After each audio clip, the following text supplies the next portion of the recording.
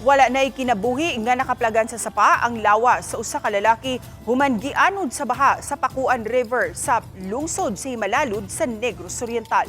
Ani ang report. Buntag na, dihang nabangalan ang lawas sa 26 anyos nga biktima sa tunga-tunga sa sapa, usa ka kilometro gikan sa dapit sa sapa, diin siya motabok sa sapa.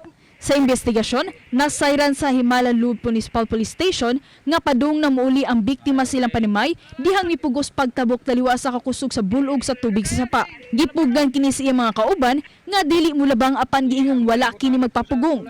Pagabot sa tunga-tunga sa sapa, gianod na ang biktima sa kusog nga bulog sa tubig sa sapa. Dia-dia dayon, mipahigay og rescue operation ang Barangay Rescue Unit apan gihunong kay mingit-ngit na ang dapit ug nisaka na usab ang tubig sa sapa. Mato ni Barangay Konsehal Ronald Familiar nga may kawayan nga taytayan man sa lugar. Nakalabang na ang biktima agi sa tulay apan gingong mibalik kini og mitabok agi sa ilam sa taytayan diin kusog na ang bulog sa tubig sa sapa. Luwas hinuon ang mga kauban sa biktima nga mitabok subay sa taytayan. Wala pa makuhai sa ilang habig ang kabanay sa biktima.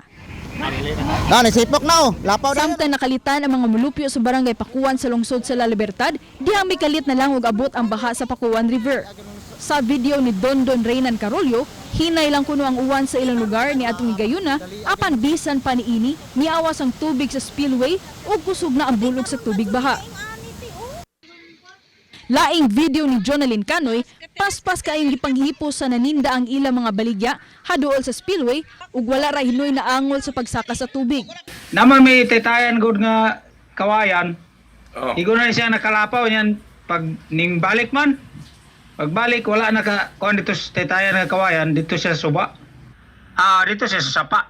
Moto nga kusog kayo, danot. Maglabang ta sir, labang ta siya.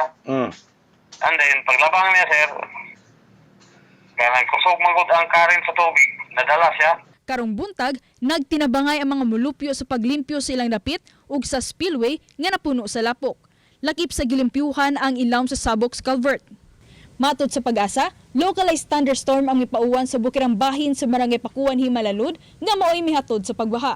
Sumpay ang Pakuan River sa Himalalud sa Barangay Pakuan sa La Libertad. Ako si Orchid Silapingkaw, Balitang Bisdak.